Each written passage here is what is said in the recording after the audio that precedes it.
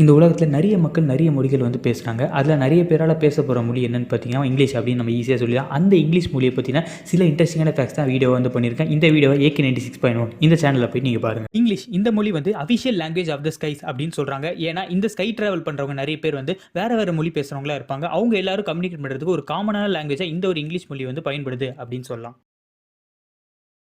போயட்டான Shakespeare மட்டும் பிறக்காமல் இருந்தால் இப்போ நம்ம பேசுகிற இங்கிலீஷ் மொழியே வேறு மாதிரி இருந்திருக்கும் அப்படின்னு சொன்னால் நம்புவீங்களா? இப்போ நம்ம நடைமுறையில் பயன்படுத்துகிற பல இங்கிலீஷ் வார்த்தைகள் அவர் தான் கண்டுபிடிச்சாரு. உதாரணத்துக்கு அடிக்ஷன், ஸ்வாகர், கோல் பிளட்டர் இந்த மாதிரியான வார்த்தைகளை அவர் தான் கண்டுபிடிச்சாரு அப்படின்னு சொல்லலாம். இப்போ அடிக்ஷன்ற வார்த்தையை வந்து இப்போ நம்ம வந்து ஆல்கஹால் அடிக்ஷன், ட்ரக் அடிக்ஷன் இந்த மாதிரி யூஸ் பண்ணிட்டு இருக்கோம். இவர் பிறக்காமல் இருந்தால் இந்த வார்த்தைகள்லாம் நம்மளுக்கு கிடைக்காமலே போயிருக்கும். இப்போ இருக்கிற பசங்க எல்லாரும் நிறைய பேர் நிறைய வார்த்தைகள் வந்து தப்பாக ப்ரொனவுன்ஸ் பண்ணுறாங்க. பேண்ட்டை ஃபேண்ட்டு அப்படின்னும், ரப்பரை லப்பர் அப்படின்னு சொல்கிறாங்க. ஆனால் இங்கிலீஷ் மொழியிலேயே அதிகமாக தப்பாக ப்ரொனவுன்ஸ் பண்ணப்பட்ட வார்த்தை என்னன்னு பார்த்தீங்கன்னா அது ப்ரொனவுன்சியேஷன் தாங்க. வாட்? ஆமாங்க, இந்த ப்ரொனவுன்சியேஷன் அப்படின்ற வார்த்தையை தான் அதிக நபர்களால் தப்பாக ப்ரொனவுன்ஸ் பண்ணப்பட்ட ஒரு வார்த்தை அப்படின்னு சொல்லலாம். இங்கிலீஷ் மொழியில் பேன்கிராம் சென்டென்ஸ் ஒரு டைப் ஆஃப் சென்டென்ஸ் இருக்குங்க. இந்த பேன்கிராம் சென்டென்ஸில் இங்கிலீஷ் மொழியில் இருக்கிற எல்லா லெட்டர்ஸும் கண்டெயின் ஆயிருக்கும்.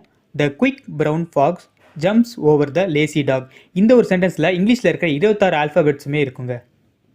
இங்கிலீஷ் மொழியில் பாலிண்ட்ரோம் வேர்ட்ஸ்னு ஒரு செட் ஆஃப் வேர்ட்ஸ் இருக்குங்க. இந்த பாலிண்ட்ரோம் வேர்ட்ஸை நீங்கள் லெஃப்ட் டு ரைட் படித்தாலும் சரி, ரைட் டு லெஃப்ட் படித்தாலும் சரி ஒரே மாதிரி தான் இருக்கும். உதாரணத்துக்கு பார்த்தீங்கன்னா ரேஸ் கார் இந்த ஒரு வேர்டை வந்து நீங்கள் லெஃப்ட் டு ரைட் படித்தாலும் சரி, ரைட் டு லெஃப்ட் படித்தாலும் ஒரே மாதிரி தாங்க இருக்கும்.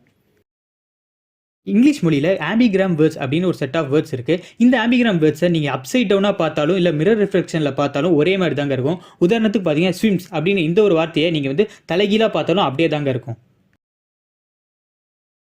இந்த உலகத்தில் அதிகமாக பேசப்படுற மொழினா அது இங்கிலீஷ் மொழின்னு ஈஸியாக சொல்லிடலாம். ஆனால் எவ்வளோ பேர் பேசுகிறாங்கன்னு தெரியுமா? கிட்டத்தட்ட 1.5 பில்லியன் மக்கள் இந்த மொழியை பேசுகிறாங்க. இதில் நிறைய பேர் நான் நேட்டிவ் ஸ்பீக்கர்ஸாக தாங்க இருக்காங்க. நான் நேட்டிவ் ஸ்பீக்கர்ஸ்னால் யாருன்னா இங்கிலீஷை தாய்மொழியாக இல்லாமல் முறைப்படி கற்றுக்கிட்டு பேசுகிறவங்கள தான் நான் நேட்டிவ் ஸ்பீக்கர்ஸ் அப்படின்னு சொல்லுவாங்க.